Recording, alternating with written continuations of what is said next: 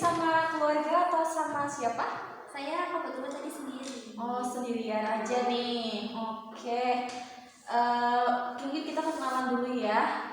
Perkenalkan, saya Risa Asfiya Najma yang akan membimbing kakak selama proses konseling selama 1 jam ke depan. Mungkin karena waktu kita sangat terbatas ya kak, cuma 1 jam. Mungkin kita bisa langsung saja sesi konseling ini. Iya, oke. Jadi ya kak, saya itu mempunyai rasa trauma karena saya itu pernah diselingkuhi oleh mantan pacar saya.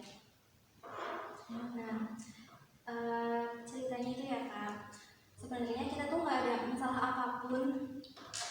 Kita juga nggak pernah ada masalah yang serius, kita nggak pernah berantem juga waktu saat itu ya. Tapi kenapa dia tiba-tiba tuh mutusin saya secara mendadak, padahal ya hari sebelumnya, bulan sebelumnya itu kan saya ulang tahun ya. Dia tuh effort banget kan, ngaduin saya banyak banget, ke rumah saya juga, ngajak saya jalan-jalan gitu. Kemudian ya emang kita itu terhalang oleh LDR sih ya kan, jadi kita nggak tahu apa yang saya lakukan di sini, dia nggak tahu dan aku juga nggak tahu apa yang dia lakukan di sana. Nah, tiba-tiba habis dia mutusin saya, keesokan harinya dia tuh nggak ada perasaan banget, langsung ngepost cewek barunya. Nah di situ perasaan saya kayak rasa ini nggak mungkin nggak sih, ini kayak nggak nyata. Tapi itu loh faktanya, kayak aku mau marah tapi kita emang udah nggak ada hubungan apapun. Dan menurut saya itu nggak adil loh kak, dia mutusin saya secara padahal hubungan kita baik-baik aja. Kayak dia tuh jahat banget, bener-bener jahat, nggak punya hati. Dan posisi itu tuh kan juga berubah masuk kuliah ya kan, jadinya rasanya tuh kayak nggak teman kuliah. Terus aku kayak mati rasa gitu loh, kayak menjalani hari-hari hidup tapi kayak nggak hidup. Rasanya itu kayak udah nggak bisa segembira itu. Kalau masalah makan sih rasanya juga makan nggak nafsu makan. Juga aku melihat teman-teman itu rasanya udah gak excited untuk bercerita apa-apa, kayak pengennya rasanya menyendiri gitu loh. Dan yang aku rasakan tuh aku selalu sedih dan menangis, kayak di setiap momen-momen kita itu aku kayak ngerasa pengennya menyendiri dan menangis aja kayak gitu. Oh, jadi waktu pas awal kakak masuk kuliah itu rasanya kayak sedih, terus kehilangan semangat gitu ya. Kakak waktu itu pacar kakak diputusin secara tiba-tiba, padahal habis ulang tahun ya kak. Dan dari sebelum itu kakak itu kayak dia tuh effort banget ya, terus kasih kado, terus ke rumah kakak juga. Dan sempat jalan-jalan juga. Dan kalau boleh tahu itu hubungannya berapa lama ya? Pasti udah menjalin hubungan itu baru 1 tahun sih, cuma kita udah dekat karena kita dari teman SMP kan ya, udah saling mengenal sama lain.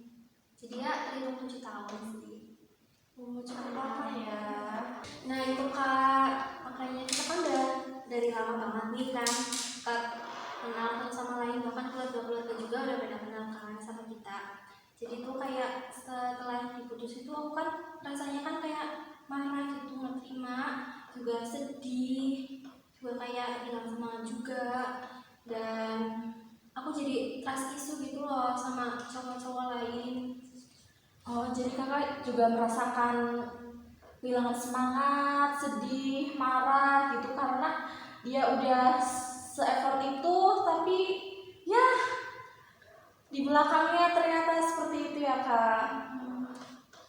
Jadi emang rasanya sangat-sangat sakit. Nah gitu kak, semenjak itu tuh aku kayak trust issue kan ke cowok-cowok. Dan aku juga sebenarnya masih berharap sih sama dia, soalnya dia di kata-kata terakhir dia chat aku itu kayak masih kalau ada kesempatan lagi dia bisa bertemu lagi sama aku kan. Jadi aku kayak berharap gitu loh, kayak aku juga berdoa juga biar dia bisa memperbaiki diri dan kita bisa ketemu lagi di lain hari gitu. Oke, jadi kan kakak masih berharap nih sama mantan pacar kakak ya.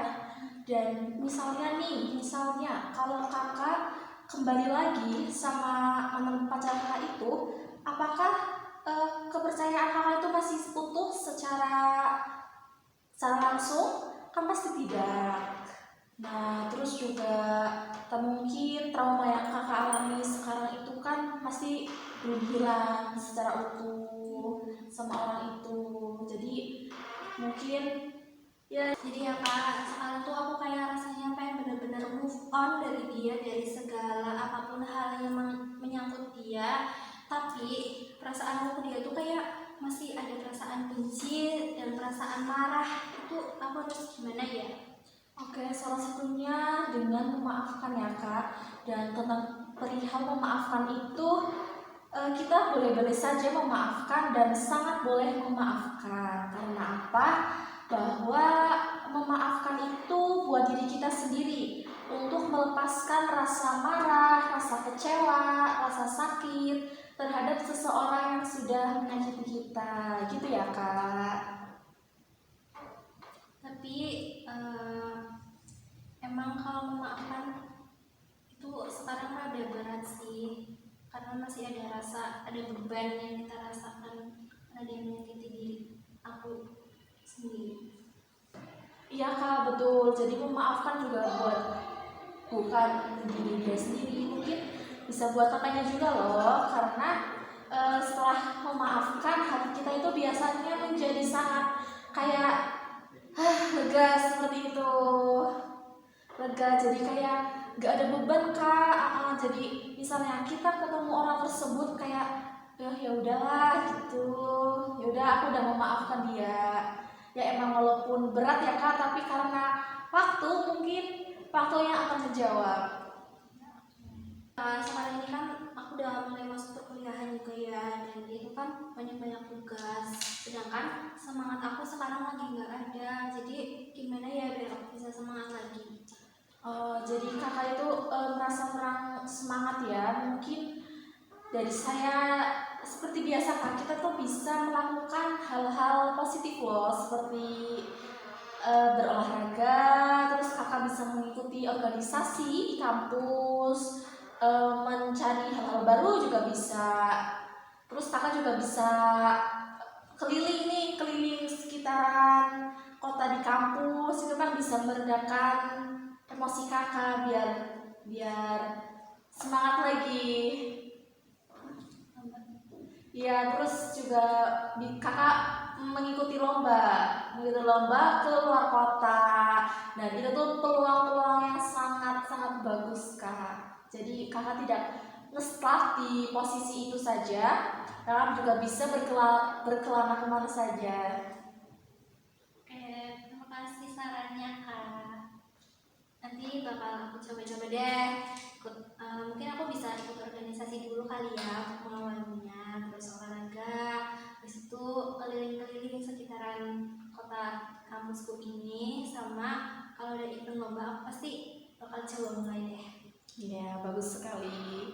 Oke kak, jadi karena waktu kita sudah 1 jam, kita cukupkan dulu sesi konseling hari ini. Dan kalau kakak misalnya ada hal yang ingin dibicarakan lagi, kakak bisa berkoordinasi ya kak. Dan kita akan melakukan sesi konseling berkelanjutan. Oke kak, semoga sehat selalu, cepat pulih, dan kakak bisa ceria lagi seperti semula.